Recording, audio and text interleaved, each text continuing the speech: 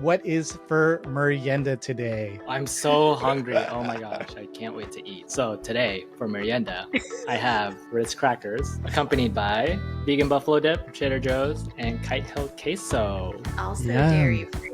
Yeah, let's try this out. This is the vegan buffalo dip. Here, dip. No, I hear your mouth making the.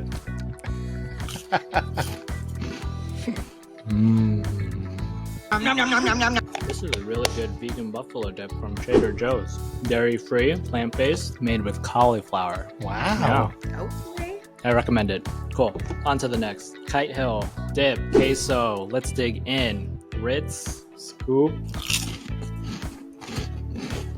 That's pretty good. It's like a vegan pimento cheese made with almond milk. Thank you, JP. JP's been Tasty. doing research for my skin. As you cross your 30s, your hormones change, and I can't have dairy right now. It gives me a lot of acne.